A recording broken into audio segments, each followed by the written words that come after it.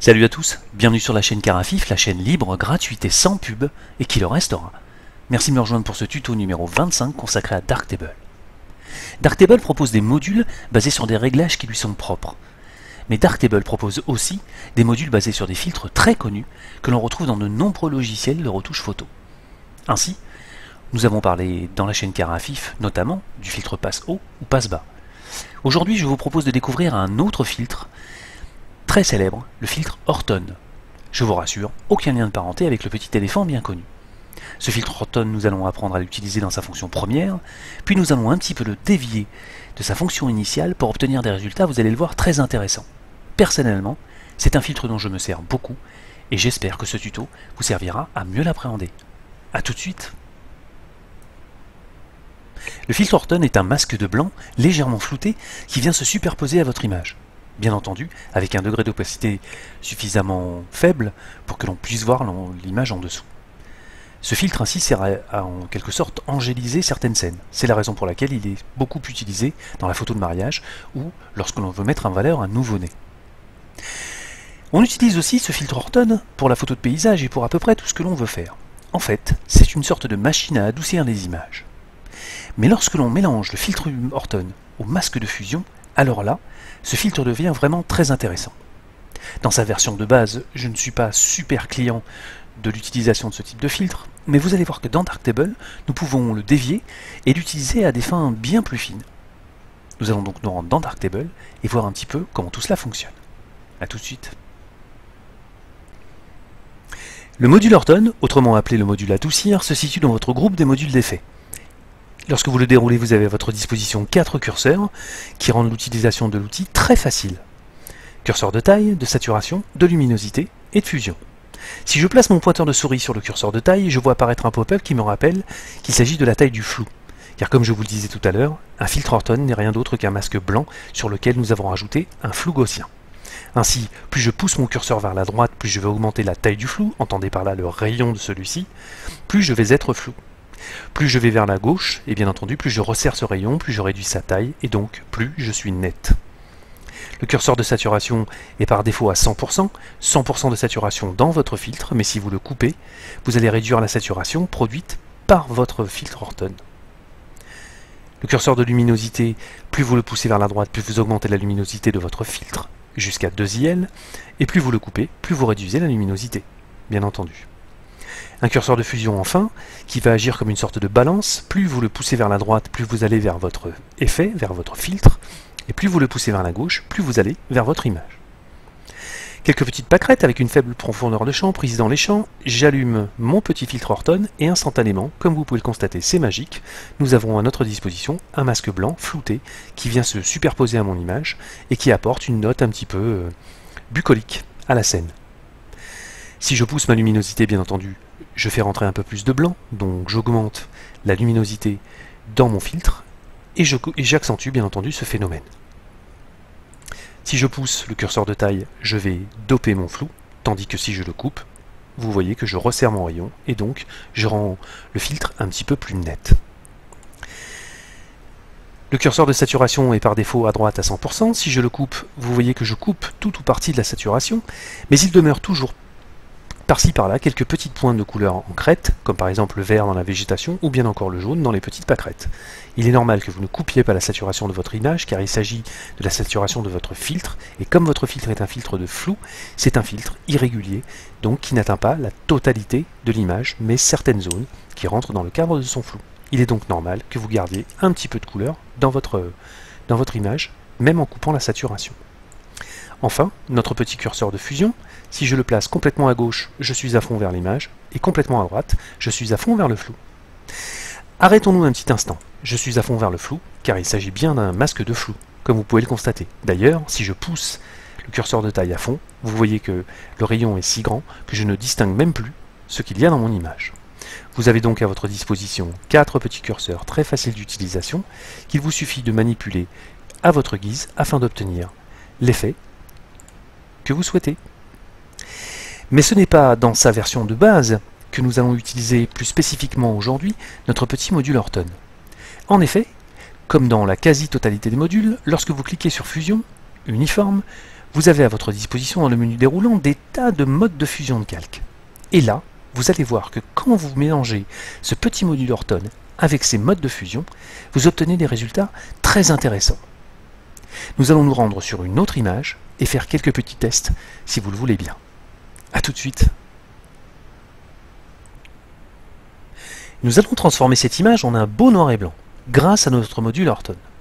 Mais avant de commencer, je voudrais juste tracer un parallèle entre le module Horton et le module filtre passe-bas que nous avions déjà utilisé.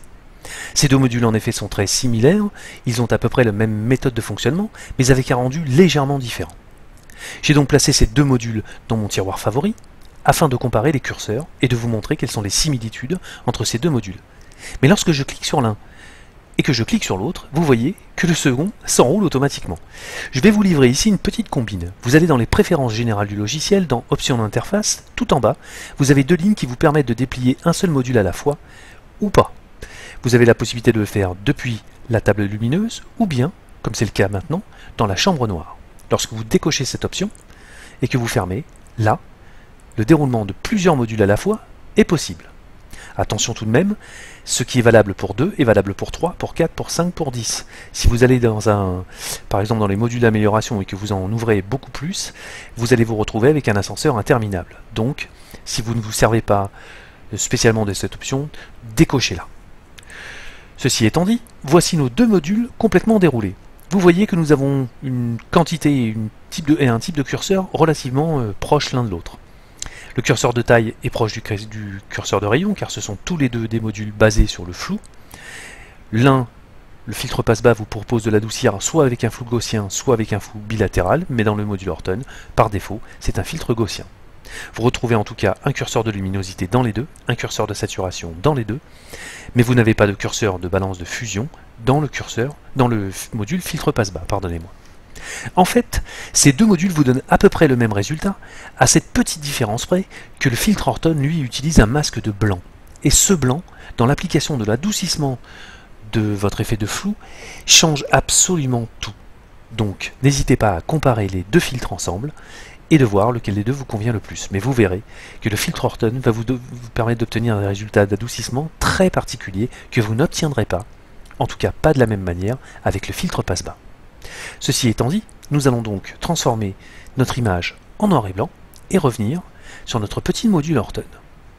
Je clique donc sur Uniforme et je me retrouve avec la possibilité d'appliquer à ce filtre un masque de fusion. Petite combine, vous placez votre curseur de souris sur l'un des modes de fusion et vous faites dérouler à la molette tous les modes et petit à petit, vous allez voir qu'ils vont s'appliquer sur votre image sans être obligé de cliquer dessus. Et vous pouvez ainsi les faire défiler pour voir celui qui convient le mieux. Étonnant, non? Nous allons donc nous servir, par exemple, du mode de fusion lumière dure, par exemple, et vous voyez qu'instantanément, l'image n'est plus du tout la même. Elle est plus fine, plus fondue, plus progressive, et nous avons coupé, grâce à notre masque de flou, une bonne partie de l'arrière-plan. Je peux encore accentuer ce phénomène en baissant la luminosité sur mon curseur de filtre, et bien entendu, je peux pousser du côté du filtre pour accentuer l'effet du filtre Horton sur mon image. En augmentant la taille de mon flou, je perds des détails, donc je fonds un peu plus mon image. Une fois ceci fait, il ne me reste plus qu'à aller dans un module par exemple comme courbe de tonalité afin de rééquilibrer mon image avec les réglages qui conviennent. Sympa, non? Avant, après. Ce petit module Horton est vraiment terrifiant dès lors que l'on le couple avec les modes de fusion de calque qui sont juste absolument immenses. Cette image a été obtenue à partir de lumière dure, mais vous pouvez très bien obtenir des effets complètement différents en utilisant lumière vive, superposée, multipliée et n'importe quel autre qui convienne à ce que vous voulez obtenir. Avant de nous quitter, nous allons faire un petit essai sur un paysage et voir comment, avec le module Horton sur de la couleur cette fois-ci, nous allons pouvoir un petit peu modifier notre image. A tout de suite. Pour ce dernier exemple, j'ai choisi un coucher de soleil avec 3 petites mouettes qui se détachent de l'horizon. Je vais utiliser mon module Horton pour réchauffer un petit peu mon image, assombrir légèrement celle-ci, afin d'obtenir un effet un petit peu plus tropique. Si je clique sur mon module Horton, vous voyez j'obtiens déjà un résultat très sympa sur un paysage, puisque j'ai un aspect très feutré, très lissé, très doux, très vaporeux. Mais ce n'est pas du tout l'effet que je recherche. Je vais donc aller chercher dans Uniforme un mode de fusion qui convient, et je vais aller me concentrer sur le mode Multiplier. Regardez, instantanément, je me retrouve avec des couleurs extrêmement réchauffées, un avant-plan un petit peu plus bouché, et je vois mes mouettes se détacher de l'horizon sous la forme d'ombres assez fantomatiques.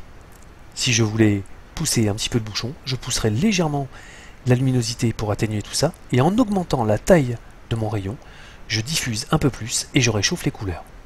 Je vais me rapprocher plus du côté filtre afin d'augmenter, d'accentuer cet effet sur mon image. Il ne me reste plus maintenant qu'à choisir un outil adapté pour aller venir déboucher légèrement ces zones, mais pas trop. Je vais donc choisir le petit module zone, aller chercher mes tons sombres, les tons sombres de mon image, mettre un petit coup de molette, et voilà. Avant, après. Avouez tout de même que ce n'est plus du tout la même image. Étonnant, non? Le module Horton est un petit module bien sympa lorsqu'on le dévie de sa fonction première et lorsqu'on le mixe avec les modes de fusion de calque. Amusez-vous avec ce petit module bien sympa et surtout n'oubliez pas de comparer les effets du module Horton avec ceux du module filtre passe-bas. Et vous allez très vite vous rendre compte, notamment sur ce genre d'exemple, que le blanc du filtre Horton apporte vraiment un plus aux modifications d'ambiance de vos images. Je vous remercie beaucoup d'avoir suivi ce tuto, je vous dis à très bientôt pour de nouvelles aventures sur la chaîne Carafif, et comme d'hab, c'est bon pour le référencement. Abonnez-vous, visionnez et surtout partagez afin que ces vidéos profitent au plus grand nombre. Et faites-moi de beaux effets Horton. Allez, à bientôt, salut, bye bye.